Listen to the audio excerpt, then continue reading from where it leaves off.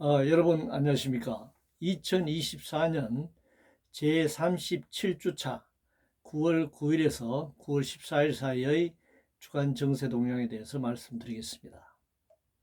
먼저 정치 분야입니다. 대통령실 김건희 수사 받아야 문제가 해결이 됩니다.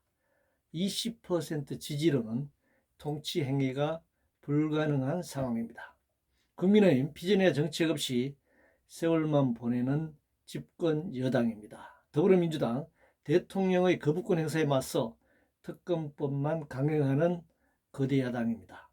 여야 정치는 그래서 이전 투구 권력 투쟁판만 유지하는 수구보수 정치 행태를 반복하고 있습니다. 대통령 부인 김건희 수사 못하는 권력 하수인 검찰의 모습을 보고 있습니다. 공직선거, 선거자금, 국고 지원 금지와 경선 제도를 도입해야 할 필요성이 높아지고 있습니다. 공공성 필요성이 높아지는데 공무원 수를 줄여서는 안 됩니다. 기후위기와 지금 같은 복잡다단한 그런 사회에서 공공성은 강화되기 때문에 공무원 수를 줄여서는 안 되는 것입니다. 정보전쟁 시대에 군사기밀 허술하게 누출되는 사고가 계속 발생하고 있습니다. 그런데 책임자 처벌은 없습니다. 경제 분야입니다. 여야가 자신들의 유리한 경제 통계만 이용하고 있습니다. 성장만 말하고 분배 악화는 서로 모른 채 하고 있습니다. 조세 재정 검투세 없애고 상속세 줄이면 재정 악화는 막을 수가 없습니다. 부채 증가의 악성 사채 시장까지 가히 부채공화국이라고 할 수 있습니다. 적자가 누적되는 새마을금고에 대한 금융감독 기능을 강화해야 할 때입니다. 계속 행안부에 둘 것인가를 고민해야 합니다. 사전 규제 빠진 플랫폼법 규제는 어려울 것입니다. 투기적 거래가 만연한 주식시장에서 혁신을 기대하기는 난망합니다. 글로벌 기업 브랜드 제고와 합종 연행으로 규모화를 추진하고 있습니다. 기술 유출 막는 것도 중요하지만 기술과 정보를 관리하는 시스템을 업그레이드 시켜야 할 것입니다.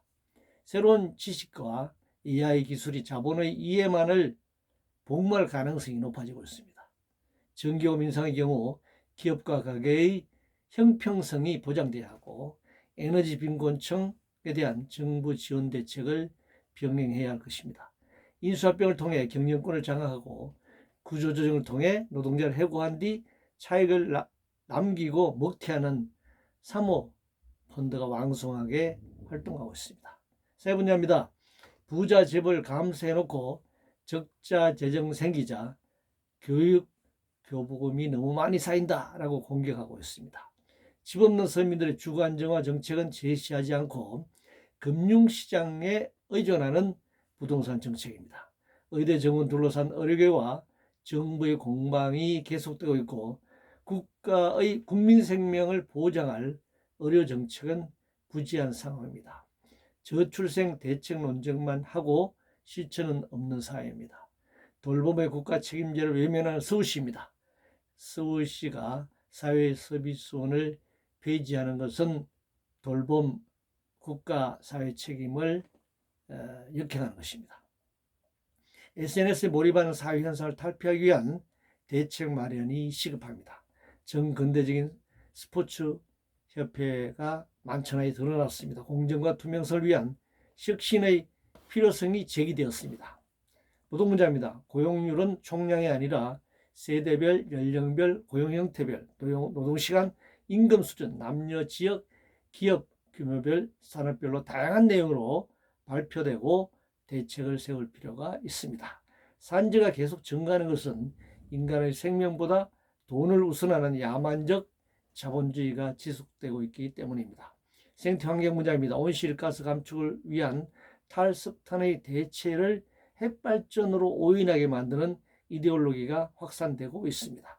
댐, 케이블카 등 생태와 환경을 파괴하는 개발 논리를 전파 중인 환경부는 해체해야 합니다.